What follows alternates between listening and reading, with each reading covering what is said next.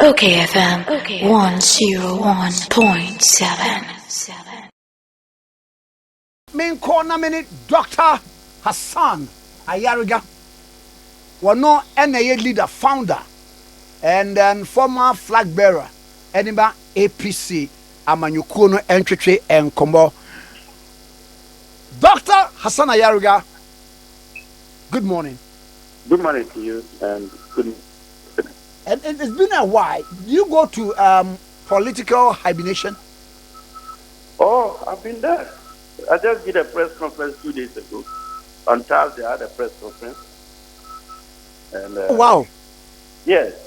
And what were some of the issues you raised in your press conference? In my press conference, I spoke about the debt stock of Ghana, the IMF issue, the issue of sanitation and the problems of flooding. I spoke about the economy, the problems we are facing as a country, and proposed solutions to what we can do as a nation. I spoke about corruption. I spoke about a whole lot of policies on Ghana and what we can do, the issue of COVID-19, and then I spoke about what have we learned from Russia and Ukraine war, and what have we learned from COVID-19 as a nation. So I spoke a lot. Let's take the issues in detail. One, the issue that Ghana is going to IMF bailout. What were your thoughts on that? The first question was that we've been there 16 times. And I don't think that if you write exam 16 times and you fail, you are a good student. If you write an exam for 16 times and then you fail that exam 16 times. Maybe I may fail under the prevailing circumstances. You just asked, so I'm giving you an answer. Oh, okay. So when you write exam 16 times and you fail, or your father or your parents support you in your businesses 16 times with capital and you fail, then what it means is that you are not good enough to manage that business, or you cannot even manage that business. Under the leadership of NDC and MPP, we've gone to IMF 16 times. Now, why are we going to IMF? That is the question. Because it is not about IMF. It's about we, the citizens, we, the management, economic management team. Because even if we give you, Americans give their whole money in the US and give it to Ghana, we will still go to another IMF looking for money. It is not about them, it's about us. Our ways of managing this country, our mismanagement and lack of understanding of issues. That is what is causing us to go to IMF. It's not about the money. They will give us money. We will continue to go to IMF because we are mismanaging it. The level of corruption is too much. So we'll definitely go to IMF all the time until we change this leadership, this NDC MPP leadership, and get a new crop of leaders that understand economic management and how they can build this country with the numerous resources that we have. We'll continue to go to IMF. Ghana is blessed. Natural resources, mineral resources, human resources. We are blessed. We have cocoa, we have diamond, we have bauxite, we have manganese, we have diamond. Mention it.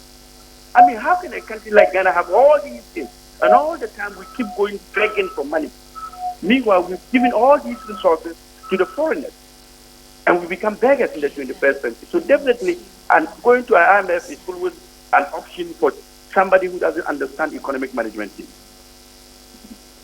Sir, in this given situation, what do you think is the panacea? The problem, like I enumerated, the solution is that let's begin to understand that we have to produce what we consume and consume what we produce. We have to be a manufacturing country, a production country, an industrialized country. And we have to be a country that we know what we cut our coat according to our size. The corruption, we have to cut down on corruption. We have to cut down on mismanagement. We have to check. You see, this Ghana here, there's no accountability. There's no monitoring and evaluation. All the ministries in this country, they have a lot of ghost names. All the ministries in this country, the government has to borrow to pay them. You cannot have an institution where we always have to borrow and pay you. What's the essence of the institution? If you put up an institution and every time government must borrow to pay you, I mean, where are we as a nation? Definitely we'll go to IMF and continue to beg and beg and borrow. Look, we borrow to the extent that our GDP is 81% of our debt. 81%. What it means is that we are all owing, including you, your grandchildren, your great-grandchildren. Ghana is not broke. Ghana is bankrupt. You know the meaning of bankrupt? We are talking about we are broke. We are not broke. We've gone beyond being broke. We are bankrupt. And what is the economic management doing? What is government doing? Why do we keep recycling NDs and MPs? But we all agree with me that government has a solid economic management team. Professor Jamba Ford, His Excellency Dr. Mahmoud Bawumia, and all that. And yes, what a solid team. What a solid team could not do, what a solid work. You understand? What a solid team could not do a solid work. So if they cannot do a solid work, you discard them, you remove them, discard them, take them off. Why do we keep the team that is failing us all the time? Why do we keep recycling people that who do not understand economic management? Look at our dollar. Bawumia spoke about this dollar city. Today, look, some of us who had counterparts in the US and we were all at the same level of business and we are rich at the same level. Today, we are becoming poorer against our counterparts in the US. If 10 years ago or 5 years ago, $10 million converted to cedis, maybe about 20 million Ghana cedis. Today, that 20 million Ghana cedis is less than $2 million. So I've become poorer. Why? Because we have weak management team, economic management team. And my counterparts in the US are still rich with their $10 million. We are becoming poorer every day. What a solid economic team. What a solid economic team. Would you vouch for the removal of certain ministers like Kanoforiata from the government? Government must look into the management team and make sure that they do what is right. Those who are not performing, non-performing ministers must walk out. If they do not walk out, they should sack them. That's the essence of leadership. If I put you somewhere you are not performing, there's no excuse. Because I gave you the opportunity. If you're not performing, you move out. So for me, I do not know whether Ken Oforiatta is performing or is not performing. That will depend on government and the president himself. Whether his finance minister is performing or not, that is his duty. But all I know is that it is not well with Ghana. So if I am to fire, I'll fire all of them, including the president. If you have to fire, you fire even the president. Of course. That means he hasn't performed as a president. Why do you fire the finance minister alone? That means the MPP hasn't performed. Even though we admit that COVID-19 has brought in a lot of challenges, we admit that Russia-Ukraine war. But what have we learned from this? Before we got to COVID-19, Ghana was already facing challenges, economic challenges. You understand? If we cut our coat according to our size and cut down mismanagement and wastage and corruption, we will not be where we are today. But sir, at least you can credit this government with their pro-poor policies like planting for food and jobs, free senior high, one district, one factory, one constituency, one ambulance. Let me be very honest with you. This government has good policies that they've brought. But whether these policies materialize to benefit us, it's another question. These policies have not benefited us. These policies were implemented poorly. These policies are good, planting for food, yet foodstuff in Ghana is more expensive than any part of the world. Fuel is more expensive in Ghana than it. Look at talk about the fuel prices, the cost of fuel. Look, we have crude in this country, yet we go and import finished goods from abroad. We cannot add value to our crude. We cannot take our crude to Tor, revamp Tor, and begin to refine our crude in Ghana. If we begin to refine our crude in Ghana, I don't think we need to pay 13 cedis or 14 cedis for a gallon of fuel. Because, one, we will refine it at the cost of 4 cedis. Right? We are buying crude at $1. And already $1 is 8 cedis.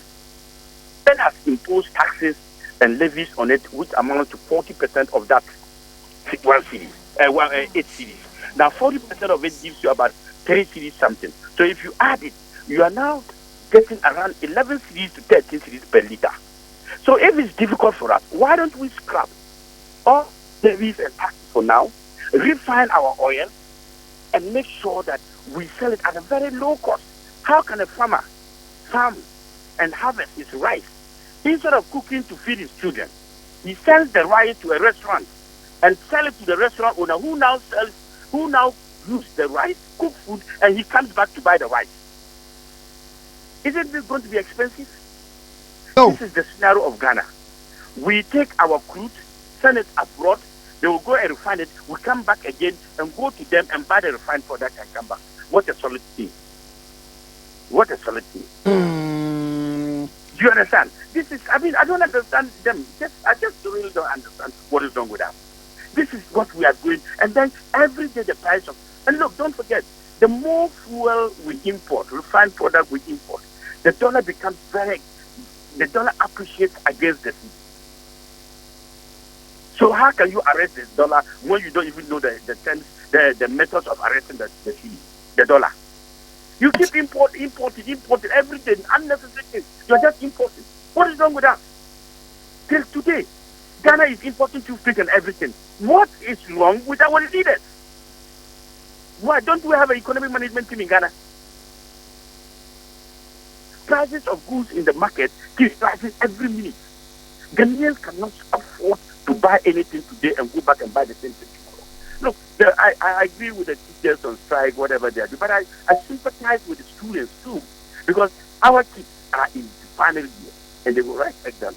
But the teachers should also sympathize with these students, because whatever punishment the kids are going through, government is not the one suffering. Would you also subscribe to it that parents and wards should contribute towards the free senior high school? But I said this no. I said that government should categorize the free senior high school into two groups. Group 1, those who can pay. Group 2, those who can afford. So we divide the schools into two. Category A will be the schools that are free. So the government limited resources will use that resources to upgrade the category A schools that cannot pay to the standard of category B students, that those who can pay. So that if Hassan Ayariga school, a student, he will take them to category B schools where everybody pays. Those who cannot afford to take their children to school, they will now take their children to category A, where government will pay. So equally, we are now the level of education, the same standard, because those who are paying have the standard that those who are not paying also have the same standard. This is the best way to go. But government didn't listen. You cannot give free to people who have money. When we talk about social interventions, it's not about everybody. It's not everybody who is qualified to get social intervention. We don't do that. Some people must go to hell for others to go to heaven. And those who are embarking on strike, yes, people are calling them that they are not sensitive to the plight of the nation, for the simple reason that we are at our wits' end economically. So why can't they wait even till the World Bank negotiations are over? Right, and also the government too is right on that. Those who are going on strike to understand that we are living in economic time, hard times, and are not the same. Government should understand that prices of goods and services have gone up, that the salary of workers too cannot meet the demand that they used to afford in the past few months or a year ago. You understand? So both are right, but then we have to look at those who are suffering. Both are not suffering, but the students are suffering. The kids are suffering. The final year students are suffering. So the point is that if I was a teacher today, but say the words you are using was said by Baumia, so at least you can give him credit. Otherwise, it be, what did he say? He said Ghanaians are suffering, nurses are suffering. I said it before Baumia did. Oh, go and look at the history. That Hassan Ayariga said that nurses are suffering before Baumia and his people came and copied it. So he copied from you. Yes, go and look at their manifesto. I did that before they did. That was the manifesto. You said that they stole Exactly. some of it for Yes, you. yes, yes. So Mm. you see, people are suffering, but we have to understand that what are we doing to change their economic situation? If you have taken leadership of this country for the past 6 years, and for the past 6 years, workers cannot even, government is owing every institution today over 6 months. Most of the institutions have not been paid. It is not just teachers. If everybody decides to go on strike, this country will close down the whole country because everything is not working right.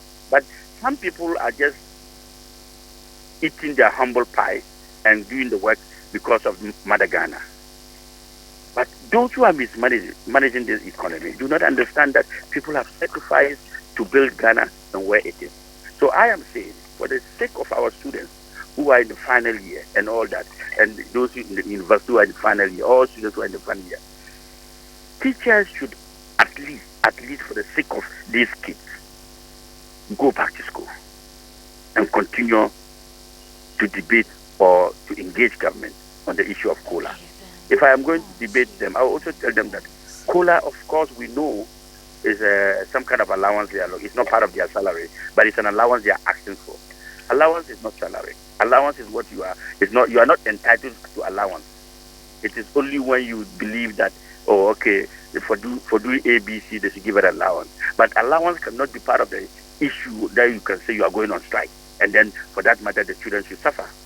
I sympathize with students, but the economy is on its knee. The country is on its knee. All of us must make sacrifices. All of us. Everybody at this time must sacrifice. Even though we have a weak, a solid economic management team that cannot make solid, solid issues. But we all must sacrifice at this time to build our country. We must cut the cost of how we live, how we spend money, how we waste, how we buy fuel and waste and just anyhow. A whole lot of things we must cut down. At this time, look, very soon the price of fuel will go to 100 Ghana cedis a gallon. And even people will not even get fuel to buy. Because, you see, the OMCs today, if they to make a profit of 10,000, in the next few years to come, a few months to come, they will buy the same quantity of fuel that they will buy 100,000 for 300,000 and getting the same profit of 10,000. What is going to happen is that most of them will run out of resources to buy the quantity of fuel they used to buy for 100,000, and they will stop operating. And when they stop operating, what is going to happen? The price of fuel will go up, and there will be scarcity of the commodity, which means the price of fuel will be scarce in the system, and people will not have to queue to buy. So if we do not cut on consumption and wastage, I am telling you, we all suffer it. Let's understand that the government in power is mismanaging. But what can we do to correct it? We should also help them mismanage. We should help them and let them understand that, look, you have done A, B, C wrong. We are going to do B, C, D to correct as a country. Are you with me? Yes. Yes, we must all sacrifice at this time. We need ideas to be able to bring Ghana back to its knees. So you entreat that they call off their strike. I am appealing to them to call off their strike. They all know that government didn't do it. They should call off their strike and wait for 2024. They should call off their strike. And wait for 2024 for what to happen? For to change NDC and MPP and give it to Hassan Ayariga. And they will see the difference. And it's how we manage the country. And it's a subtle way of launching your political campaign. It is not. I've been telling Ghanaians, look, if you go around and sample all my press conferences that I made in the past, all the things people are saying now, I've said it come back. I've said it years back, what people are saying. I've said it so many years. But because people were not listening, they don't understand. I've given solutions to our country years back. And you know where we are? If you are privileged to meet our president, Appoint Akufo Addo, in one sentence, what would you tell him? I would tell him to speak to your people. Go and talk to your people. They don't trust you anymore. Speak to them. Engage them. Tell them what is happening. So that if they will sympathize with you, sympathize and change their ways and help you build this country. Don't be arrogant. Listen to them, talk to them, sympathize, cry with them. I will tell him that. Because that is what we need now. He has to speak as a president. He has to come out and address the nation as a president. He has to let Ghanaians know what we are going through so that we can sympathize and manage the economy with him. The economy is not just for one person. Okay. When you don't tell the truth, you lie to the people. And when you lie to the people, they will revolt against you.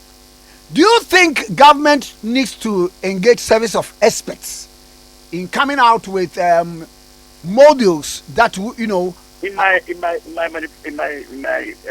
press conference, I say, government even needs to get a second economic management team, a non-partisan economic management team that will help him in building this country and managing this economy. Because government economic team has failed. So why don't we get other economic management teams from within? It could be political leaders, academia, industry players, whatever. Get them to add up to your economic management, a second economic management that gives you a second opinion on things that you do and help build this country. Because the wastage is too much. And the lack of understanding of the economic management of this country is the problem. Why are other countries succeeding and we are suffering? Why are we so poor? What have we learned from the issue of COVID-19? And what it means is that we should be able to make good use of all resources and add value to it in this country to the benefit of our people. Not to always take it out as raw material to go and get finished goods and bring it back. Let's add value to what we have. Let's build Ghana as if there's no any other country in the world. Let's manage Ghana as if there are no people living in any part of the world. And produce what we consume and consume what we produce. And then you will see where we're going. We're talking about, look, there's going to be food shortage very soon. You know why? We have not been able to bring in fertilizer. Even fertilizer, common fertilizer, we cannot manufacture in this country. It's a big problem. Only for the fertilizer. I see. Among the components of putting up a fertilizer to manufacture, produce a fertilizer, it's a big problem for us as a nation. So if we cannot manufacture fertilizer to even grow food, what is going to happen? That we could not even import fertilizer to subsidize it for the farmers. So what is going to, there's going to be food shortage very soon. Very, very soon. Mark it down. And you will see, because this year the farmers didn't get fertilizer. Even when they get, what happened, let's talk about when they don't. And we are not looking at that. Every day we are taking all the land and building and saying that we are doing PPP. We are losing all the farmlands every day. Let government do a solving, okay, and find out how many lands we lose in a day. And you will see what is going to happen in the next 10 years, whether we have land to farm.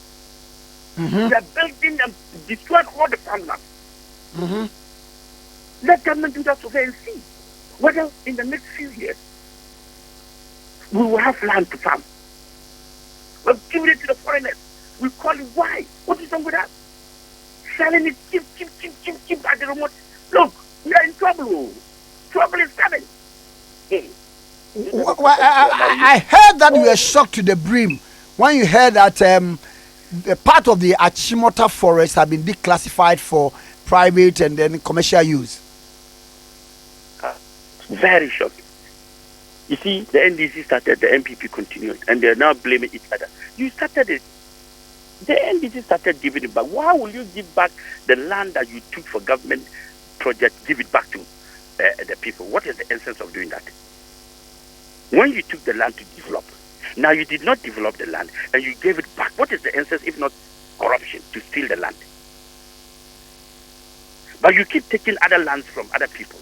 All government lands have been taken over. Go around Ghana and see. The next day, if you see a land, free land today, tomorrow when you come, somebody is building something. All government lands have been taken over. I am telling you. They've taken them. They don't even care. Mr. Hassan Ayariga, Doc, Yes. we thank you so much for talking to us. Thank you. Thank you. Okay, 101.7 studio. Dr. Hassan Ayariga, leader, founder, APC, and Komono na. OKFM 101.7.